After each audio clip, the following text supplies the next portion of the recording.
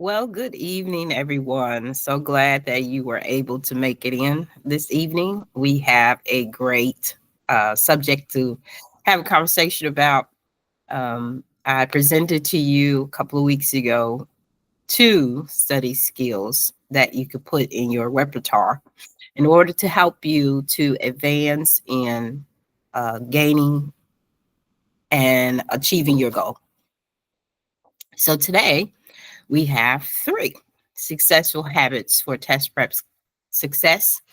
As always, I really want you to present things that will help you to utilize your time properly, for us to be smarter and not working so very, very hard. And so today, we're going to just dive right into it. My agenda today is to talk to you about how you can maximize your study time, helping you to boost your scores, and introducing you to those three more study skills that I talked to you about, or study habits, because all of them are not skills. One thing I want to go into before we get started is that when you don't have a strategy, a lot of time is wasted. Passive learning comes and goes, and you can often feel overwhelmed by the content that you have to do. In particular, I talk a lot about this when you are attacking the EC 391 exam, because that exam is 5 tests in one. And you have an overwhelming idea of all the information that has to be covered. And sometimes that can just make you want to go in the corner and crawl up and lay on the couch and not look at any of the material. And so I really want today to help you to utilize these strategies that I'm going to share with you in order to um, get a plan, set a plan in motion that's actually going to work. I really believe that that is one of the most difficult goals for many of my clients, is that, and once we get over that barrier, we're usually on to the home stretch of learning the material and scoring our 240 or higher. So my first one is to break your goals into daily micro tasks. And you want to chunk these big goals into small, more manageable goals. And I'll chat with you a little bit about how to do that. Use sticky notes or apps like Google Keep, Trello, or Evernote, somewhere that you keep your notes on go and mobile. And then do a checklist, because most of the time it gives you a sense of progress, and it definitely reduces overwhelming feelings. And so in utilizing this particular way, you break these things into smaller pieces. Just like when we're eating a meal, we often break our plates up. We're told to break our plates up into meat, vegetable, and your grains. But oftentimes, the plate looks so big.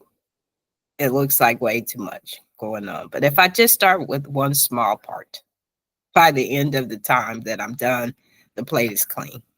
It's the same thing with studying. Starting out by focusing on your areas of need. You don't need all of the information. So one of my tips that I'm going to throw out there is that you do a pretest. Doing that pretest will help you to be able to know where your weak points are and where your strong points are. So you can strengthen your strengths for a small amount of times, but spend more time on strengthening your weak areas. And of course, we here at TT Innovative Solutions would love to assist you and help you with your study patterns and to help you get onto your goal. But I also understand that there are people that cannot afford the services that we provide and offer, but can come here, take and glean some of the information that I'm offering and be able to put it into practice. So setting this goal, a daily goal, a weekly goal, a study block, is really the best way to do this. making certain that you are utilizing those on the go apps. Excuse me. As you can tell, I have a cold today, but I'm being faithful. It's one of my things is to crush your goal. And the other one is to be committed all of 2025. And so even with this cold, we're going to continue on.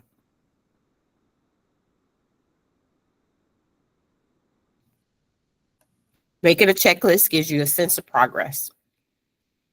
So scripting out what it is that you know that are your weak points and the areas in which you need assistance with, and then going and touching points, studying between those, and then checking them off as they go. Making sure that you go back and do a post test. The second one today is to set a consistent study schedule. I can't say this more. This is more important than anything I'll probably say in this video today. This is a research-based technique. It's an approach. It's an understanding that your studying habits, your studying plan will improve your focus and your engagement with the material. And two very small points that I want to make here is setting a daily or weekly study block, which I said a few minutes ago,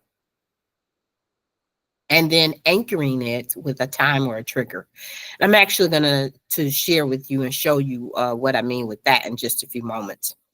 But being consistent is something that has been a problem for many. It's the summertime, you have time, but also you have that feeling that, oh, I need to rest. All of that is true. But as a alternative certification educator, if you have not completed your exams and you have not passed your test, this is the perfect time to do it.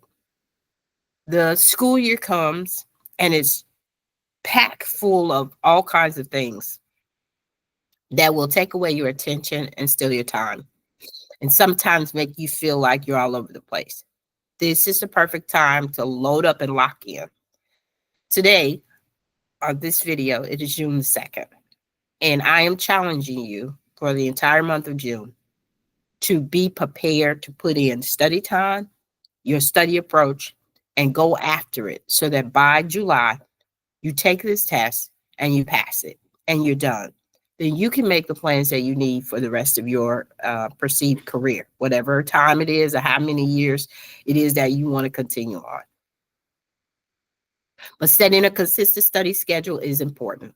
I like an AM and a PM block. And then I'm going to couple it with the next technique, which is a Pomodoro technique. I talk a lot about this in one of my time management videos and sessions that I've done. But the why behind this is it reduces burnout and it helps you to really focus. One of the number one things that happens is 20% of the people that in a study that I recently looked at was College of Pharmacy, 20% of them were distracted. And they talked about being distracted and having other things in their mind. And so we want to reduce that. One of the ways in which you can reduce that is setting up this Pomodoro technique. What it is a 25-minute study block that you put on and a 5-minute break. And you go back at it again for 25 minutes study block. Now, there are a couple of different methods that I use with my clients according to how I start to understand them and learn their ways. And I will suggest different ways for them to study according to what I know about them and what I know works best. This cramming, that doesn't work. Okay, if you can think of a trash bag, you overflow the trash bag, you steady putting in. To some point, it's just going to all come spilling out. And so for strategic study, is what I'm asking you to do. You have to be focused on making certain that you are strategic about it. Okay, so what strategy are you using? Is it a Pomodoro method? Is it a different type of technique and method that you're going to use?